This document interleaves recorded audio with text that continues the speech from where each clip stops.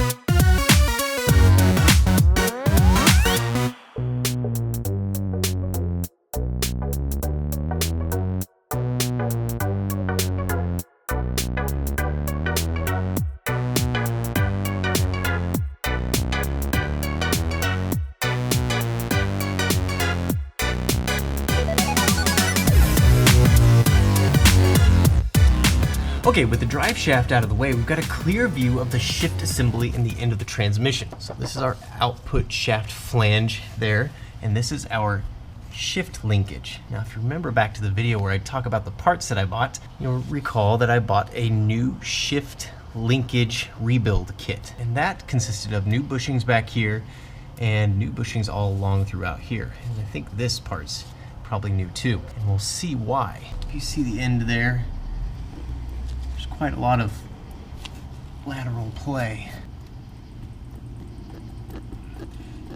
Now, even when new, there might be a little bit of play here, and I would expect that, but this seems a little bit more than it probably should. So if we look back here, you can see this bracket moves around quite a bit in there, and that just reduces the positive feel from the shift lever. You'll see this is a pretty complex shift lever assembly compared to most cars, which is actually just goes right into the transmission itself. Just thought I'd show you this before I take the transmission out, because this is one of the best views we're going to see of this. Still a lot of work left to be done to pull this thing out of here. Let's get to it.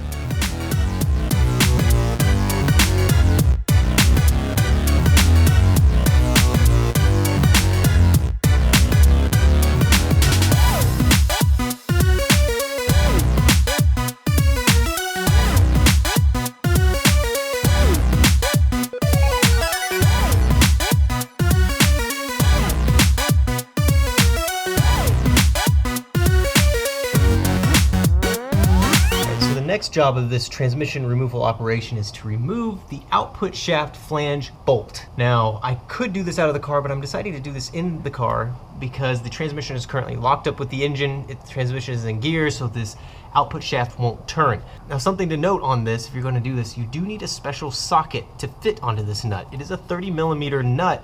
The socket is a thin-walled 30mm deep socket. The socket I have is made by Powerbuilt, and it is 648445, and it's a 1 3/16 socket, which is equivalent to 30mm. And it looks like it's 2 5/8 inches deep, so it is the right socket to fit onto this. Again, it needs to be a thin-walled socket, so it's possible you could grind down a deep 30mm socket that you have laying around, but again, it will need to be ground down on the lower portion so it can fit inside of the recesses of the output shaft flange here on the transmission. Let's give this a shot. Hopefully the impact gun can knock this thing loose.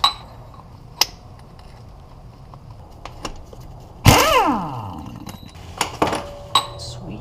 Yep, that's all it took. All right, let's proceed with removing the transmission.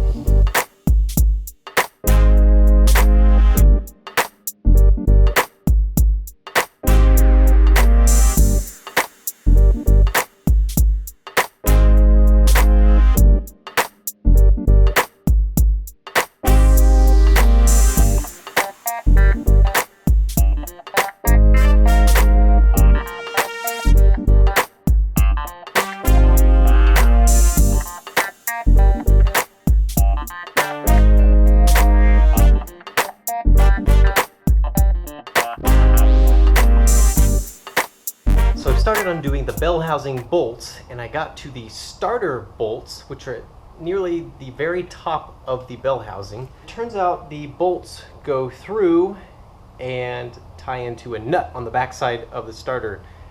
And there's 2 bolts and 2 nuts. Well, you can get to the bottom nut somewhat difficultly, but you can actually do it. The top one though, everywhere I've read says you gotta take the whole intake manifold off. What? So I've started looking around to see if I can find some way to secure the top nut while I undo the bolt from the bottom side of the car. And I've devised a way I think will work. So let's take a look. So I know this is gonna be really hard to see because it was hard to even put in there. What I did is I have about 1.5 feet of extension, and then I put my 1/2-inch ratchet on the end, and this will kind of act to hold that nut in place because the ratchet won't be able to move. You can't really see the extension going through there, but it passes through all the way back to the nut. And this nut, of course, isn't some standard size. It is a 16 millimeter. If you're ever gonna attempt this, make sure you have some random size sockets because it's just all over the place. So anyway, I've got an extension running from the top side of the engine bay, resulting in my 1/2-inch ratchet here on the end. Hopefully we'll secure that nut in place so I can undo the bolt on the top side of the transmission bell housing. So let's see if this works.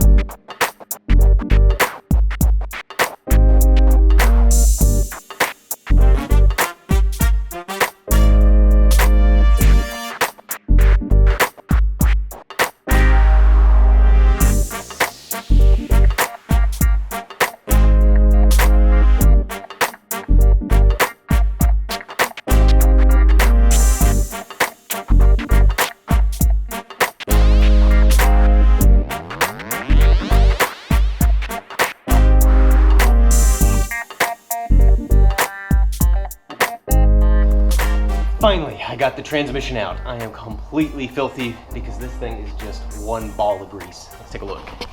You can see in here that, this is your throwout bearing. That thing is just completely gone. Take that out. You can see all kinds of leakage in here. Probably from the,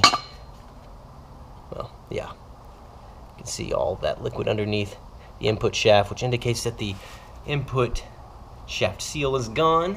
And on the back side here, just turn around. Notice I didn't remove the shift linkage. I didn't want to try to mess with any of that. I was pulling out the transmission anyways, but yeah, there's circlips or something on the back side of here. I haven't looked into it because everything's just caked in such a thick layer of grease. Anyway, this is the output shaft, and we can kind of see how much stuff is around that. It is just disgusting. I'm not looking forward to cleaning that thing up. What a mess. Again, throwout bearing. You can hear it rattling. That ball bearing in there, it has seen better days. The surface of it right here where it rides against the pressure plate fingers is grooved heavily. Previous owner said this clutch had never been changed out, and by the looks of this throwout bearing, I would say that's probably accurate. All right, let's get underneath the car here. And this is our clutch here. And actually from the outside of it, doesn't look bad at all. There's no missing spring fingers here on the pressure plate. You can see our starter motor tucked up behind there, right there. Talk about a bear to get those bolts out. And then the nuts on the backside, I had to get super MacGyver to get that thing out of there. The ring gear on the flywheel looks in really good shape. The clutch thickness actually looks pretty good for a car that has 200,000+ miles on it. You can see some evidence of rear main seal leakage. Not as bad as I was thinking. That's because I think most of the leak is actually coming from the top of the engine. Coming from the valve cover gasket, possibly. Way up there. Which is really surprising. I would have thought it was more from the rear main seal, but looking in there, it's really not too bad. So I guess the next thing left to do is pull this clutch out of here and see what we're dealing with on the flywheel surface. Let's get to it.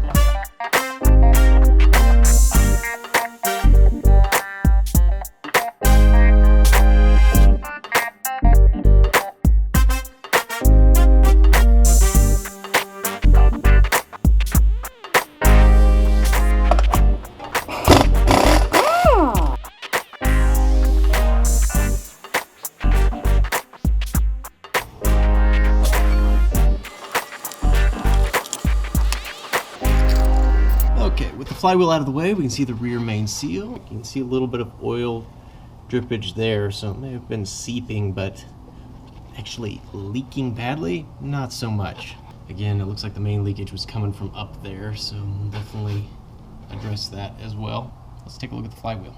So looking at this, it's not gouged. It's just got some heat marks on it and can be salvaged. It can be completely resurfaced and cleaned up and reused. I think this is in really good shape, really. Overall, the ring gear's in really good shape, so there's no concerns there. Moving on to the friction plate of the clutch system, you can see this thing had a lot of life left in it, but unfortunately it's got some oil contamination and I just don't trust throwing it back in there. So I bought a new clutch system anyways, so we're going to put the new clutch in there. It's good to know that I wasn't damaging the flywheel driving it around the way it was. So cool. Okay, so the transmission is out of the car successfully. It is a nasty piece of junk that I need to go through and clean it up, but that marks the end of this video. In the future videos, we might address some other issues that you can now access from underneath the car, now that the transmission and drive shaft and exhaust are all out of there. So now the project's got some momentum. Things are actually starting to get somewhere on this thing. So thank you all for watching, and we'll see you again soon.